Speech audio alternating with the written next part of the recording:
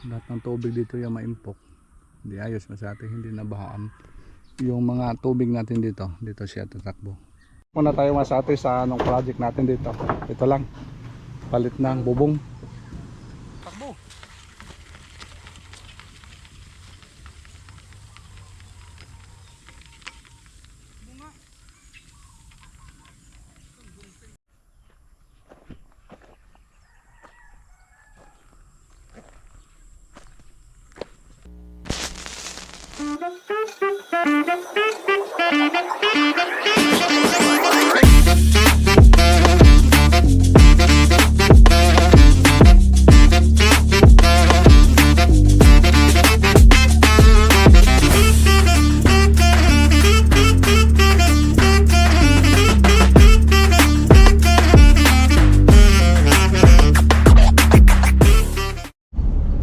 Good morning, good morning. Morning. Tolets, morning. Masate, ihatid natin sila masate. Umaga. Morning na umaga. Sa ating Eric nandito. Sa ating Jimboy. Nandito rin kasi ating Jimboy. Yan. Ihatid natin sila masate pero idaan muna natin yung ano. Deliver muna natin yung in-harvest nila kanina. Ang palaya. Grabe ang palaya masate. Masyadong malaki. Ganit kalaki oh. Siguro isang piraso Midya boy no. Grabe talaga masate. Malaki talaga. Idaan muna natin doon sa ano, merkado bago tayo tutuloy. Tapos i-update natin doon masate yung farm natin. Hala, di manadara natin rin ang kuhan rin. Ang plastic. Magbutang ito plastic yan ha. Ha? Ito yung nakalimutan. O sige, di pa mahumanin mo. Human na lang itong mga plata no. Oo, sige. Yung sabi, deliver muna namin yung mga gulay. Yung gulay natin available naman sa atin. Ganun din, talong. Tapos ang palaya. Saka yung sili naman sa atin. Ayan. Friday kasi ngayon, deliver muna kasi sa atin boys, Kalisaute boys. Ang secret talaga man sa atin, dahan-dahan lang, konti-konti lang. Walang pira tayo. Wala tayo pera. Walang pira. Daanan na lang. Easy siya yung dami natin. O daming ano, customer. Taga-salvasyon. Taga-salvasyon ng customer. Kalo. Namili ceiling haba. Para traktoran natin, para tubuas. Pare na lang dumirik taga to, ceiling haba. Makada na lang din merkado. Pista kasi bukas noon sa lugar namin masate. Kanda Jimboy, pista. Kanda Tolets. Kanda Eric. Pista sa kanila. Saan tayo mamista bukas boy? Sa inyo? Kanda Eric ano? Malayo sa amin doon sa nag-amin. Eh nag-aabi nga, hindi nga nag-anong imbita ano, nag-aami ano. Dito ang paring dito. Ato man. Butchok. Turon na itong palitan. Turon o kuwan. Turun balanak yun. Manakyo, tinapay na lang. Ay mahagpot ito niyan. Mamista, tangang iray ano ni mo handa rek. Kanin, kahapon, bili ng pabok. O pato. Pato. Sabi ko pag pumunta si Lito, bibigyan ko lang siya ng ulam tapos 1/4 na to, batas uwi na siya para hindi maraming problema. Mahirap pag malasing, Ayun ba? ihahatid ko pa yan. Salbahe nga nito. Bili ka man tinapay dito. Ay isog-isogan pa naman, gumulog na. Go! Daros kahit mahubog. Isog na to, tirat lugar. Alright. Oh, bili ka man ng tinapay. Iba-iba ha. Bulag-bulagan nila ito yung kan Eric. Balay size kita. Isog-isogan ngayon ito. Malinda akong lawas liwat. Ha? Pero di na gagaway. Huwag kayong mag-alala at dito. Ano ba? Nagkakaturtong ba ka na yan? Grabe ito mo inom. Wala yung dang ito mo inom. Tandok maubo. ubusan. Patron bukas sa kanila masyate. Masyate, idaan muna natin siya sa Jimboy dito kasi ng toilets. Nagpalit kasi kami dito masyate ng mga bubong. Yung bahay na ito, palit ng bubong. Dito natin sila iwan. Muna tayo masyate sa anong project natin dito. Ito lang, palit ng bubong. Dati kasi corrugated. Dahil sa Jimboy yung tumira dito bago tayo tutuloy doon sa farm natin. Okay na. Ito problema sa atin pag mga re-roping, ganun talaga masate. Yan lang siya, lalo na kung di maganda yung panahon dito sa lugar kasi namin. Minsan ulan, minsan naman init, kaya mahirap masate. May nakatira kasi baba, yun ang mahirap. Kaya ginawa namin ito sa atin, baklas tapos kabit. Yan. Hindi mo na natin ito kakahapon. Hindi naman natin biglaing tanggal, baka umulan bigla. Hindi mabasa yung mga gamit sa ilalim. Ito, ayos na. Tapos dito naman sa kabila. Few moments later. Kaya naman sa ating iniwan mo natin si toilets kahit sa ating Jimboy doon sa ano natin project. Tapos dito na tayo dadaan masate. So baka malapit siguro dito. Hindi na tayo iikot pa doon sa merkado. Dito na lang tayo diretso. Sa Candidok. Ano ito? Dila. Sa doon sa project natin dati masate dito area. Doon tayo dadaan.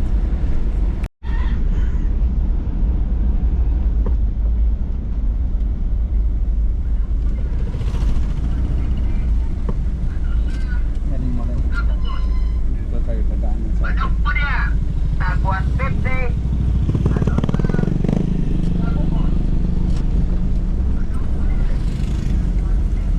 baka malapit lang dito.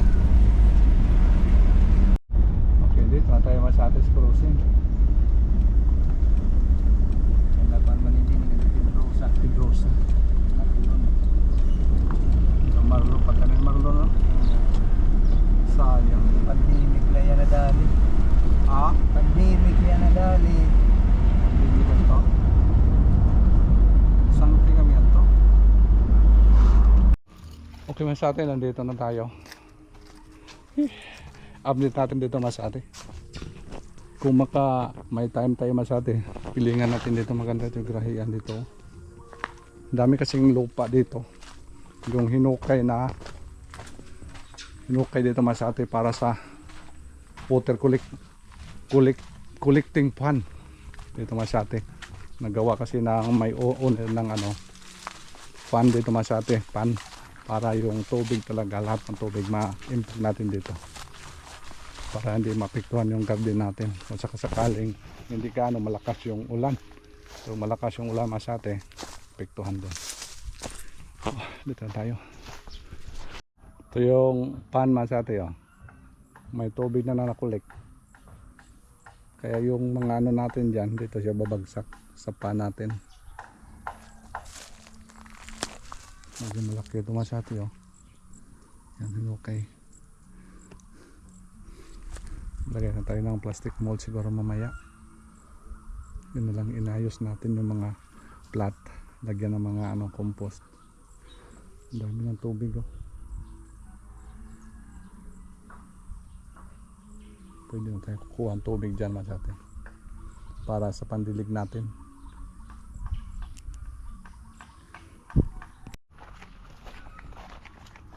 Ganda ganito pa rin panahon masate oh, hindi mainit.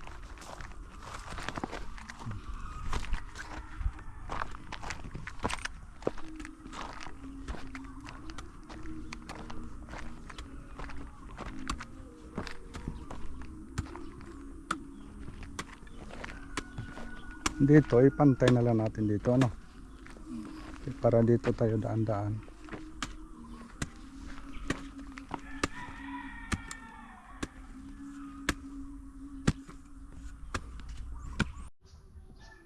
Lalim masyado yun.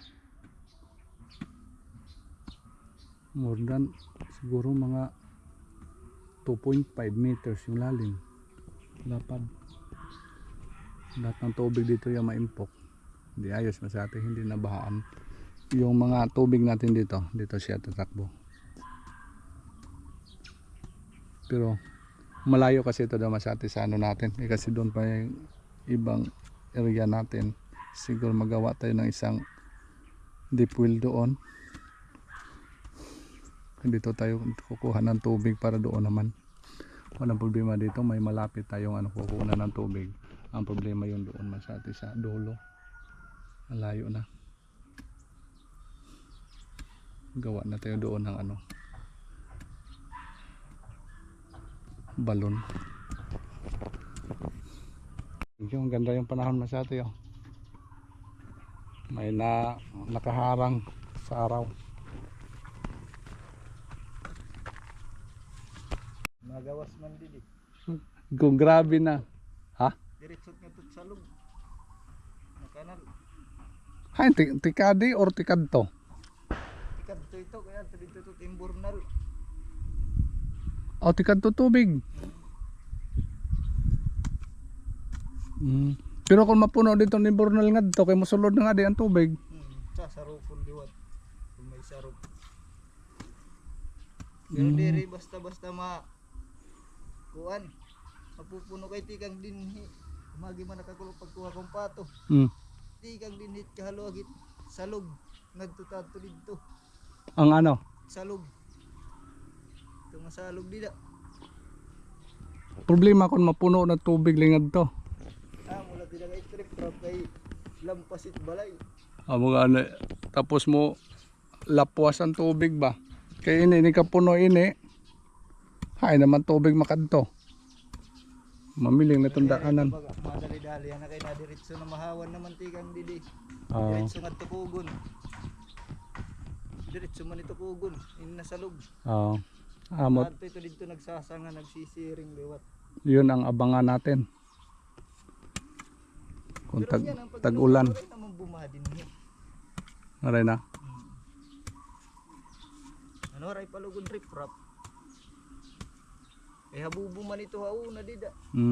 Tupong man lahin Pag uuran ko napupuno na saka nga diyan. Saka.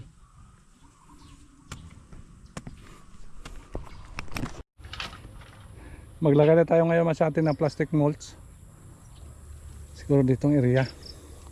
Ang dami na din doon. Pwede na lagyan din doon. Ito na lang ito.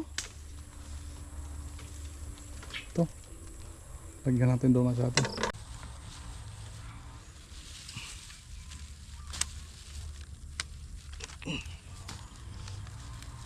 Piunatan dito urong doon. Hatakin mo. Okay.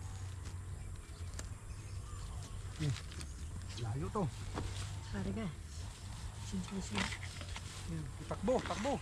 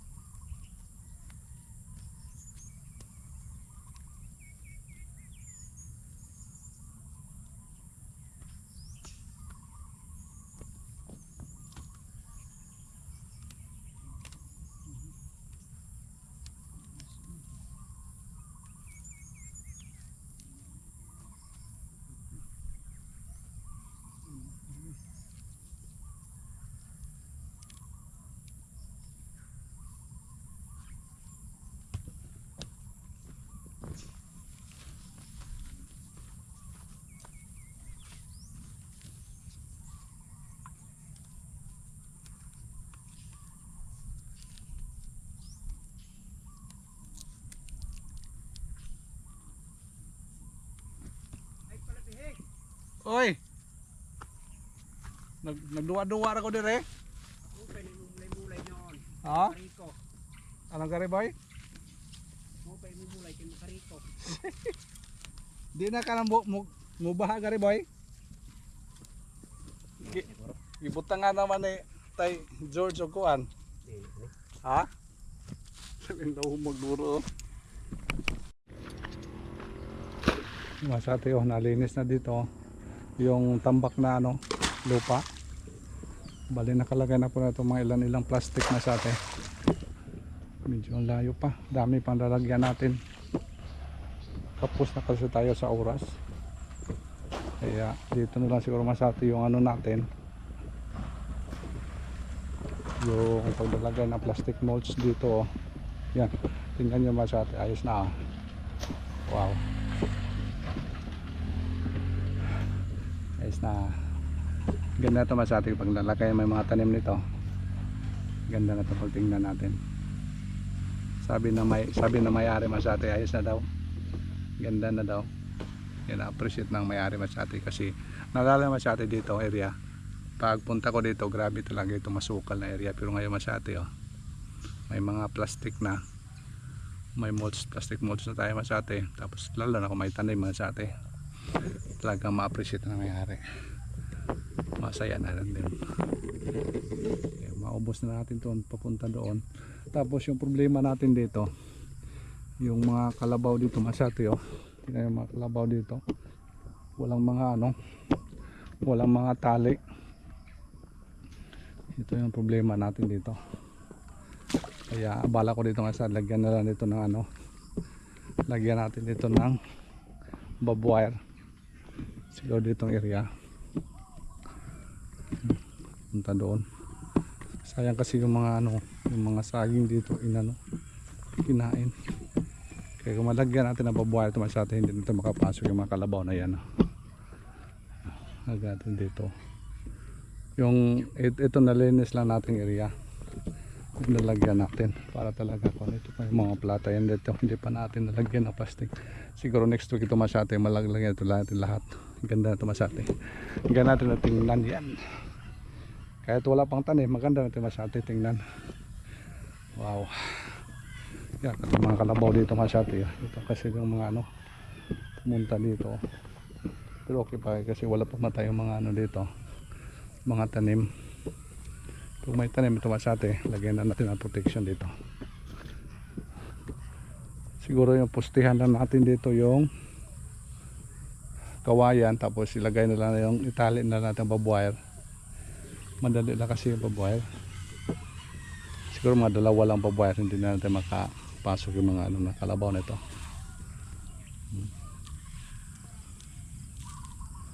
Bali ano kasi dito ng mga kalabaw, nilalagyan ng mga kalabaw dito. Kaya ito yung problema natin, kung may tanim na kailangan hindi makapasok ito. Pero kung sa lugar natin ito masate, hindi talaga pwede yung mga kalabaw na yan. Medyo tayo muna mag-adjust dito kasi sila kasi nauna. Tayo muna mag-protection sa mga tanim natin. Before tayo maglagay ng mga tanim dito, kailangan na natin malagyan ito ng mabakuran na natin para yung mga kalabaw na yan hindi makapasok. Mabasok na siya masate. Pustihan na natin dito ng mga kawayan para mas safe siya. Yan masate yung ano natin dito. Medyo dami-dami na ito masate. Yung mga plant natin dito, yung doong area hindi pa natin nagalaw doon no. Area hindi pa nagalaw. Siguro pag maano na ito masate, proceed naman tayo doon. Okay, hanggang next week naman ito masate. Medyo ano na, patal na. Mayroon na tayo, grabe yung pawis, lumalabas yung pawis. Magbabay muna tayo. Torets, managagalit ka. Bye bye. Rick, bye bye Rick. Bye. Medyo madilim na masyado. Kaya salamat ho sa inyong walang sawang support sa aming YouTube channel. Thank you so much for watching. Bye bye. Lapit na masyado. Baka makatanim na tayo mga ilang linggo ngayon. Ayos na.